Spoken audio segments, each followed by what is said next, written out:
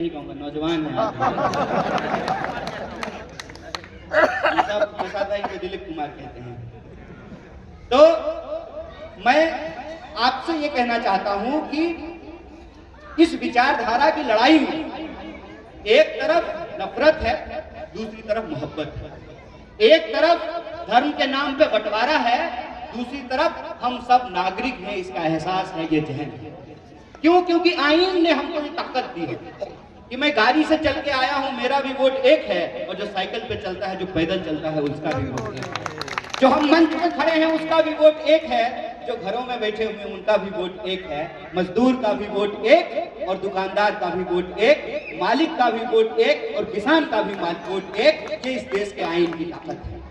इसको बदलने की साजिश हुई है, और इस साजिश में, इस नफरत के खिलाफ मोहब्बत का पैगाम लेकर के हमारे नेता हारून साहब ने कहा, एक व्यक्ति है जो बिना डरे लगातार उसके खिलाफ अपनी आवाज को बुलंद कर रहा है, उस व्यक्ति का नाम राहुल गांधी है।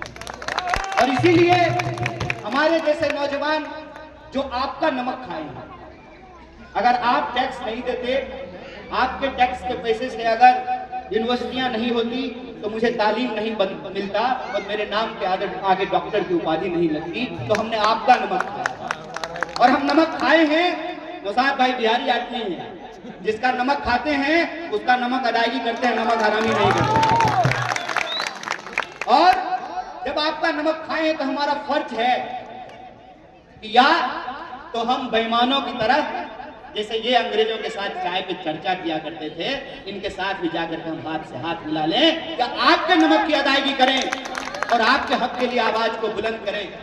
और आज जो लोग हक की बात करते हैं, उस हक को दबाने की कोशिश की जाती है, झूठे मुकदमे लिखे जाते हैं, जेलों में बंद किया जाता है। कई लोग सालों से जेलों में बंद हैं, उनको जमानत नहीं मिल रही है। राहुल गांधी ने इसी बात पर अपनी आवाज बुलंद की है कि एक तरफ नफरत वाले लोग हैं, मोहब्बत करने वालों, जिनके दिलों में मोहब्बत है, उनको एकजुट होना पड़ेगा, उनको एक साथ होना पड़ेगा। और उसी अपील के साथ हमारे जैसे नौजवानों ने यह तय किया कि हम राजनीति को अगर कैरियर के तौर पर नहीं समझते हैं, अगर ये हमारे लिए विचारधारा का सवाल है, तो इस लड़ाई में हम एकजुट होकर के लड़ेंगे। और इस लड़ाई में मैं तमाम लोगों से यही अपील करने के लिए आया हूं कि चुनाव जमहूरियत को बचाने का एक सबसे सुनहरा अवसर होता है, एक गोल्डन टाइम है, सुनहरा अवसर होता है कि 5 साल जो आप महसूस किए हैं, उस पर आप एक सियासत फैसला दे सकें, एक सही फैसला दे सकें, एक ऐसा सियासी चुनाव करें जिससे देश को एक मैसेज जाए इस देश में आज भी जिंदा लोग हैं, ये मुर्दों की कौम नहीं है, हम अपने हक हकूक के लिए अपनी आवाज को बुलंद करने के लिए तैयार हैं। इसीलिए हम आपसे अपील करने के लिए आए हैं कि आप जो भी फैसला लीजिएगा, फैसला आपका होगा, हमारा नहीं।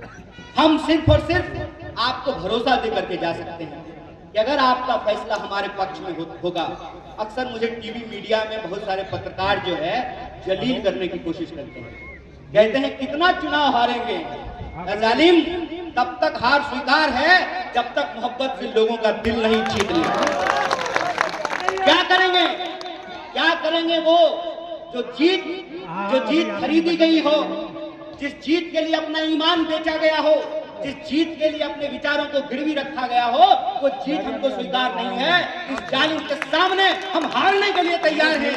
जीतेंगे तब, जीत हमारी तब होगी जब हमारे लोगों के हकूक सुरक्षित होंगे, जब इस देश में किसी इंसान को घबराने और डरने की जरूरत नहीं होगी। यह देश तमाम लोगों का है, चाहे मंदिर जाते हो, मस्जिद जाते हो, गुरुद्वारा जाते हो, चर्च जाते हो, आपकी आस्था है, और आपको आपकी आस्था के साथ, आपके धर्म के साथ, आपके मजहब के साथ जीने की आजादी इस देश का आईन देता है, इस देश का संविधान देता है। जब तक हम इसको सुरक्षित नहीं रखते हैं, मुझे ये जीत स्वीकार नहीं है। मैं कहता हूं तुम अपनी तमाम कोशिशें कर लो, तुम मुझे मेरे हिम्मत को तोड़ने की कोशिश कर लो, साथियों को जेलों में भर दो, ईडी भेज दो, सीबीआई भेज दो। एक बात के लिए याद रखना, यह देश अगर आज गोडसे वालों के हाथ में है, तो इस नए दौर के गोडसे के सामने हम नया गांधी बनने को तैयार हैं, इस बात को याद रखें। इसीलिए हम आपसे ये अपील करने के लिए आए हैं कि आपकी जीत में हमारी जीत है। और आपको अगर लगता है कि आपकी जीत इस बात में है कि तू मैं से बाहर निकल करके, यही होता है ना 5 साल, तू चोर मैं सिपाही तू चोर, इससे बाहर निकल करके अगर एक सियासी फैसला लेना है, एक गंभीर फैसला लेना है, इसका चुनाव आप कीजिए, 5 तारीख को इसका चुनाव कीजिए। लेकिन अगर 5 तारीख को आप कांग्रेस पार्टी का चुनाव करेंगे तो हम इस देश की राजनीति को वापस पटरी पर लाना चाहते हैं। लोगों के रोजी रोटी, कपड़ा, मकान, शिक्षा, स्वास्थ्य, बिजली, पानी को हम राजनीति के केंद्र में लेकर के आना चाहते हैं। ये तू मैं के नाम पर, ये मजहब के नाम पर, ये धर्म के नाम पर, ये जो फिरका परस्त ताकतें हैं, उन्होंने इस देश की राजनीति को गुमराह करके कहीं और पहुंचा दिया है। इसलिए हमारी जिम्मेवारी है कि हमने आपका नमक खाया है, हम जो है नमक हलाली करें, अपनी नमक की अदायगी करें और इस देश के जो लोग हैं उनके हकूक को लेकर के आगे बढ़ाएं। इसीलिए जब आप कांग्रेस पार्टी के घोषणाओं को देखेंगे, उस घोषणा में हमने साफ साफ कहा है कि 300 यूनिट बिजली हर घर को फ्री दिया जाएगा, हर महिला को 2500 रुपया जो है प्यारी बहन दीदी योजना के तहत दी जाएगी, हर नौजवान को 8500 की नौकरी दी जाएगी और हर परिवार को 500 रुपए में गैस सिलेंडर दिया जाएगा। और दिल्ली का कोई भी बासिंदा हो, चाहे हिंदू हो या मुसलमान हो, उसके लिए 25 लाख तक का हेल्थ इंश्योरेंस देने का घोषणा कांग्रेस पार्टी ने किया है। और यह बात हम इसलिए कहते हैं, यह देश जितना अंबानी और अदानी का है, यह देश उतना ही जूता सिलने वाला और कपड़ा सिलने वाले का भी है। यह देश जितना पूंजीपतियों का है उतना ही मजदूरों का भी है। अगर प्रधानमंत्री के दोस्त का 16 लाख करोड़ का कर्जा माफ किया जा सकता है तो आपको 300 यूनिट फ्री बिजली दिल्ली के बासिंदों को देना पड़ेगा। ये दिल्ली को चलाने वाले लोग हैं, ये देश को चलाने वाले लोग हैं, इनके मुस्तकबिल का फैसला ये खुद करेंगे। लेकिन अगर आप 5 तारीख को कांग्रेस पार्टी का चुनाव करेंगे तो याद रखिएगा, आप कांग्रेस के निशान पर अपना बटन दबाएंगे और 10 लाख रुपए अपने परिवार के लिए बचाएंगे। यह बात मैं आपसे कहने के लिए आया हूं। मैं और बातें आपसे करना चाहता था, लेकिन मुझे जल्दी से, आपको पता है कि 10 बजे चुनाव प्रचार समाप्त हो जाएगा, माफ कीजिएगा आदरणीय नेताजी, नौशाद भाई, सम्मानित मंच, मैं आप सबसे भी, राशिद जी, मैं आप सबसे हाथ जोड़ करके माफी चाहता हूं क्योंकि चुनावी समय है। मैं और आपसे बात करना चाहता था, लेकिन हारून साहब के लिए आप अपनी दुआ दीजिए। मैं वादा करके जाता हूं, मैं बल्ली महाराज की गलियों में फिर सर झुकाने के लिए आऊंगा। और अभी मैं जल्दी आपसे इजाजत चाहता हूं। बहुत बहुत शुक्रिया।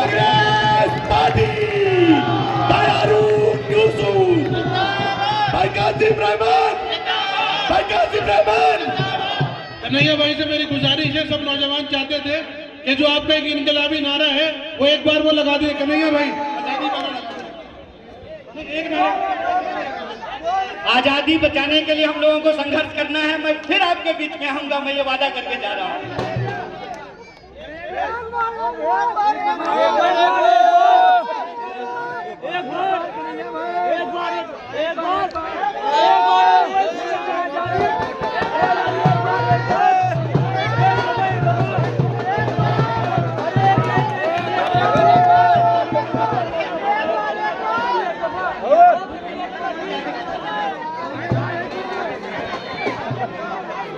कांग्रेस पार्टी, कन्हैया